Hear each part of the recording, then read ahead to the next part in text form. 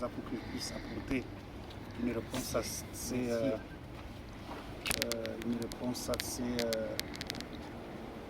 satisfaisante sur cette question. J'ai donc pensé qu'il était important, c'est une très bonne chose que vous ayez donc soulevé ce sujet. Effectivement, Téléconseil Congo est une entreprise de droit congolais qui travaille avec le gouvernement congolais et qui dispose d'un contrat de numérisation de cadastre et de sécurisation de titres fonciers immobiliers à l'est de la RDC. C'est un contrat qu'on appelle un contrat BOT, Build, Operate and Transfer. C'est un contrat qui signifie qu'une entreprise qui devient partenaire du gouvernement construit les infrastructures, exploite ces infrastructures et se fait rémunérer à travers les services rendus à l'État pendant une certaine durée de temps. Le contrat conclu par Téléconseil Congo, c'est un contrat de 9 ans qui court encore. Et donc, ce contrat a permis à cette société de venir s'installer à Goma, de faire des travaux de rénovation des services de cadastre, d'installer des infrastructures de numérisation des titres fonciers immobiliers et surtout de constitution d'une base de données de titres fonciers immobiliers, notamment du Nord Kivu. En fait, il s'agit d'un exercice de modernisation du cadastre, mais surtout de constitution d'une base de données, ce qui permet à l'État de lutter notamment contre la superposition des titres. Ce travail est fait, mais il faut constater qu'il y a un certain nombre de malentendus qui se sont développés. Des malentendus qui se sont développés suite certainement à la méconnaissance du dossier lui-même par certains, mais aussi à la mauvaise foi surtout de certaines personnes qui jouent au statu quo. Vous savez, l'homme n'est pas toujours prêt au changement. Et donc lorsque vous amenez une entreprise dans un domaine où il s'agit de moderniser et donc de mettre en brèche un certain nombre de pratiques qui s'étaient installées parfois contre les intérêts de l'État, il est normal qu'un certain nombre d'individus puissent combattre une telle initiative. Aujourd'hui, lorsque vous arrivez au Nord Kivu, il n'est plus possible d'envisager, en tout cas à Goma, il n'est plus possible de trouver des cas de superposition des titres.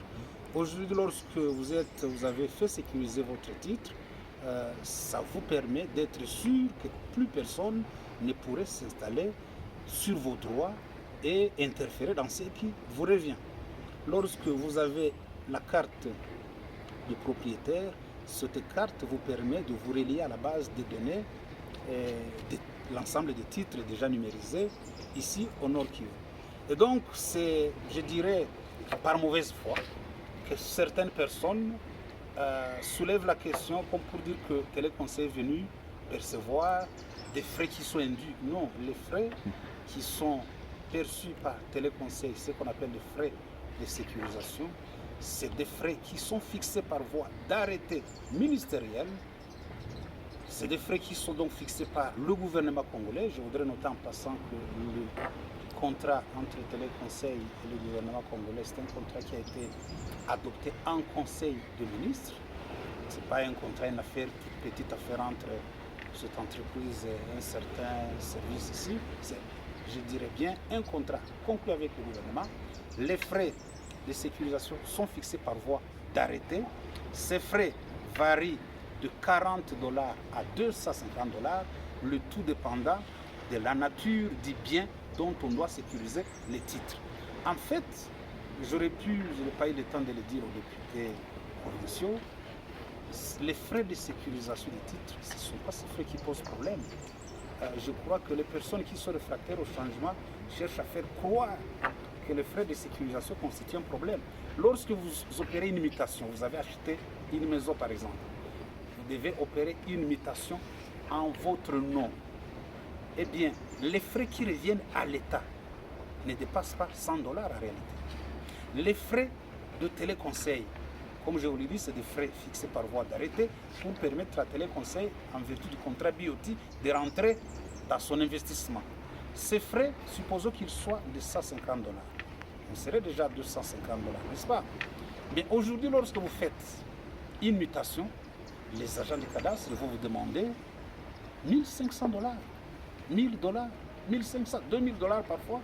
Donc le vrai problème n'est pas au niveau de téléconseil, le vrai problème plutôt c'est au niveau de ces agents des services de cadastre qui abusent de la loi et qui pratiquent des faux taux à charge de ceux qui viennent notamment pour les opérations foncières et qui donc abusent de la bonne foi des propriétaires des titres fonciers immobiliers.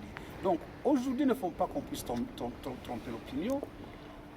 La population, en fait, devrait plutôt s'en prendre à ces agents de cadastre véreux qui n'appliquent pas les tarifs légaux, qui donc, au lieu d'appliquer les tarifs légaux, notamment les tarifs revenant à l'État plus les frais de sécurisation, majorent l'ensemble des frais en appliquant des faux tarifs qui leur permettent de gagner par titre parfois des milliers de dollars. C'est de ce côté-là qu'il faut voir le problème.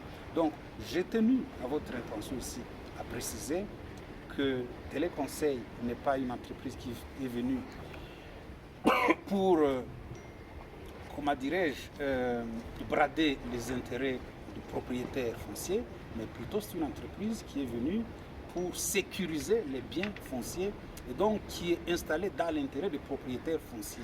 Et deux, les frais de sécurisation qui sont perçus par cette entreprise, c'est des frais en contrepartie d'un service rendu, en contrepartie des investissements réalisés pour le compte de l'État, de manière à ce que les services soient modernisés.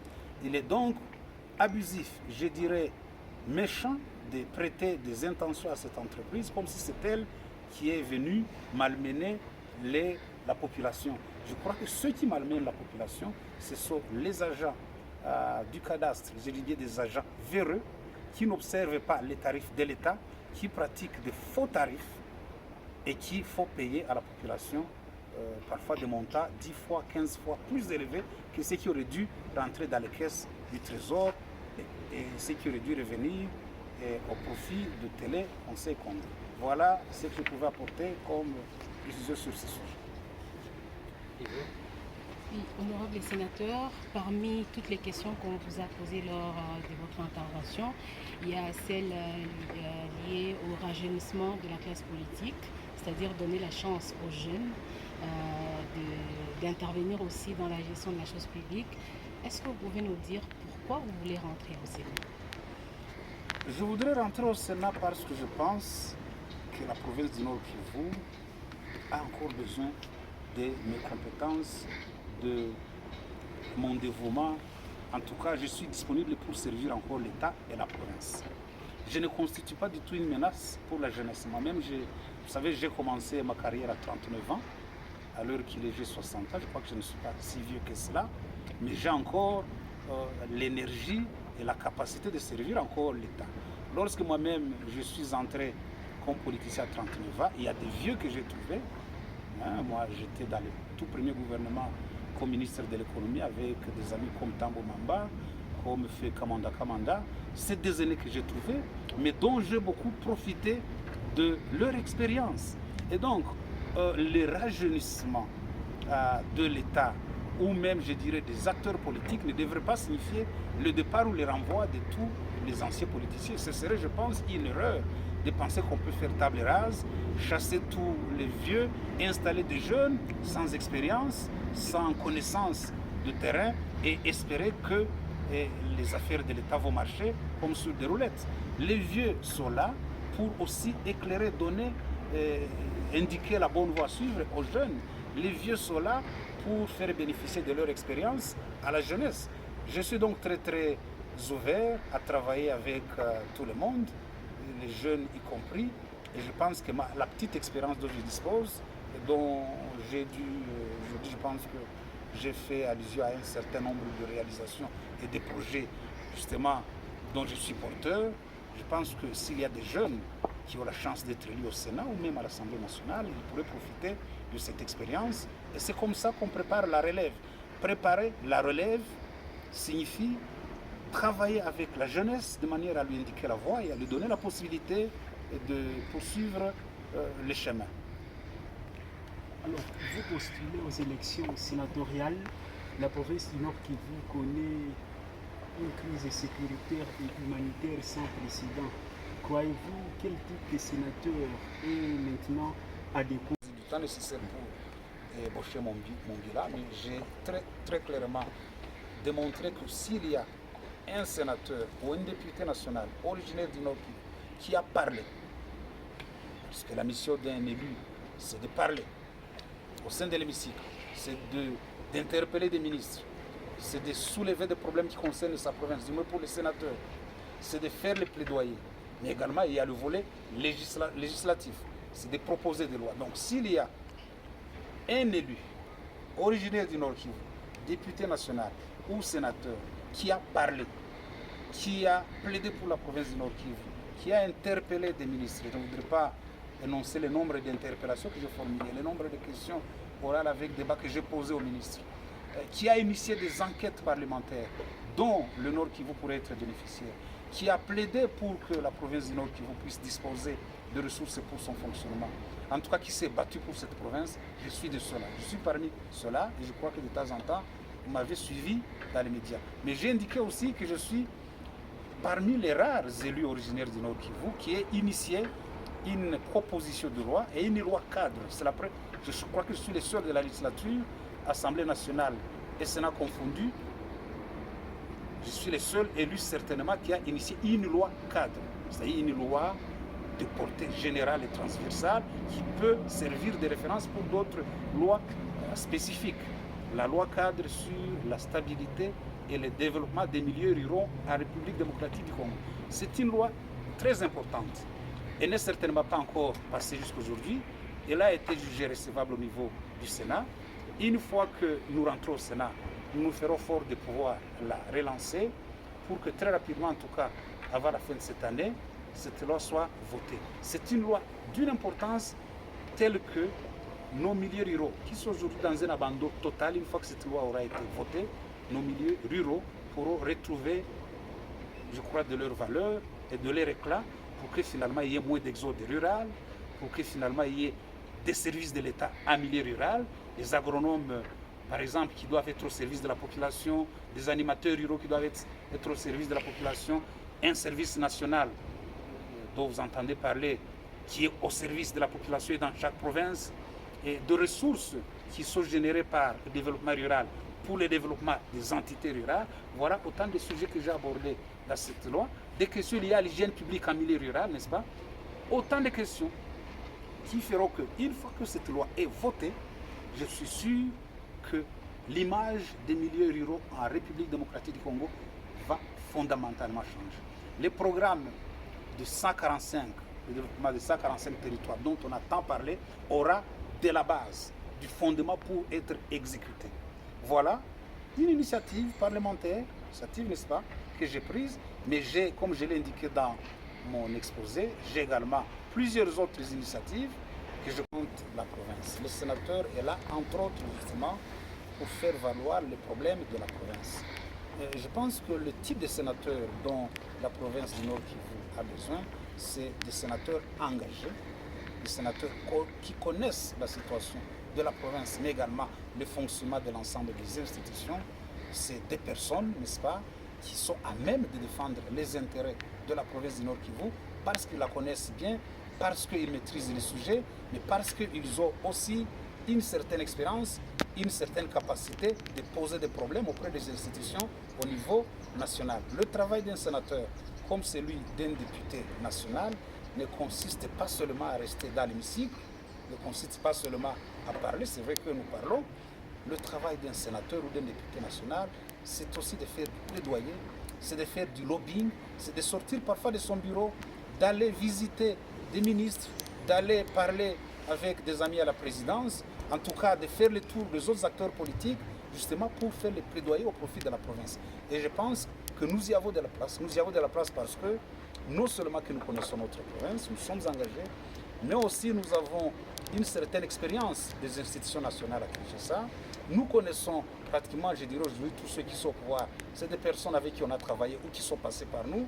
Et non, donc nous avons cette possibilité de faire bénéficier de notre province, de tout ce que nous disposons comme bagage, à la fois en termes de connaissances de Kinshasa, des institutions nationales, mais aussi à la fois de ce que nous connaissons de notre province. Voilà pourquoi j'ai demandé qu'on puisse me renouveler ce mandat, du fait que je suis, je pense, de tous les 4 qui pourraient être élus, puisque je serai le seul à avoir été réélu, je pourrais être le seul à mieux connaître le Sénat, comment il fonctionne, à mieux connaître les méandres des institutions politiques à Kinshasa, et certainement ensemble avec mes collègues, on fera du bon travail pour la province du Nord. Pour la législature passée, quel bilan vous faites? Votre bilan personnel? Congolais, que les travailleurs congolais vivent lorsqu'ils sont employés par des entreprises étrangères et surtout en face des travailleurs étrangers, nous devons y mettre fin. Et donc j'ai également préparé une proposition de loi pour protéger la main-d'œuvre nationale. Mais une troisième proposition de loi à laquelle j'ai pensé, il faut moraliser la vie publique. Aujourd'hui, le Congo, notre pays, est en train de dépérir parce qu'il n'y a plus d'éthique professionnelle dans la manière dont nous, les politiciens, les fonctionnaires de l'État, bref, l'agent public de l'État se comporte. Les militaires, le policier, les fonctionnaires, le député, les sénateurs, les ministres, on a perdu une partie de l'éthique qui fait qu'il y a un certain nombre d'antivaleurs qui se développent.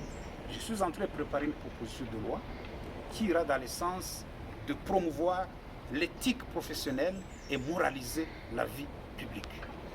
Oui. Il vous souviendra que nous avons pendant cette législature, depuis que la guerre a commencé dans les Rutshuru et que la Tamassissi, nous avons initié plusieurs demandes auprès du gouvernement qui a pu faire un certain nombre de petits gestes en faveur de ces populations déplacées à l'initiative de nous, les députés nationaux et sénateurs, personnellement, ce qui me concerne. J'ai même plusieurs fois accompagné des délégations du ministère en charge des Affaires humanitaires à Rutshuru, notamment, pour intervenir en faveur des déplacés de guerre. Nous allons donc poursuivre ce travail de plaidoyer. Nous pensons que la prise en charge n'est pas du tout adéquate. Nous avions même eu l'occasion d'interpeller les ministres des Affaires humanitaires, je pense que vous aviez suivi. Il avait apporté des réponses que nous n'avions pas jugées satisfaisantes parce que nous avions constaté qu'il y avait un problème de volonté au niveau du gouvernement qui n'alloue pas toujours les moyens qu'il faut pour qu'il y ait une prise en charge correcte en faveur de nos déplacés. Nous allons continuer à nous battre, en tout cas nous allons y mettre beaucoup plus de pression pour que la prise en charge des déplacés de guerre puisse être suffisante. Mais je pense que ce qui compte le plus pour nous, ce n'est pas de continuer à garder des frères et des sœurs dans une situation aussi difficile dans les camps de déplacés. Ce qui compte le plus, c'est la fin de la guerre. Je crois que la bataille que nous devons mener, nous tous, pas seulement moi, mais tous les élus du Nord Kivu, c'est de faire pression sur le gouvernement pour que le gouvernement puisse mettre suffisamment de moyens, suffisamment d'énergie pour bouter dehors nos agresseurs.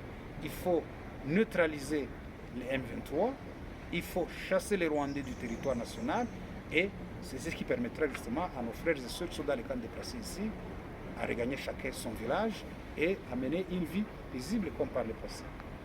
Et peut-être pour finir, vous parlez de bouter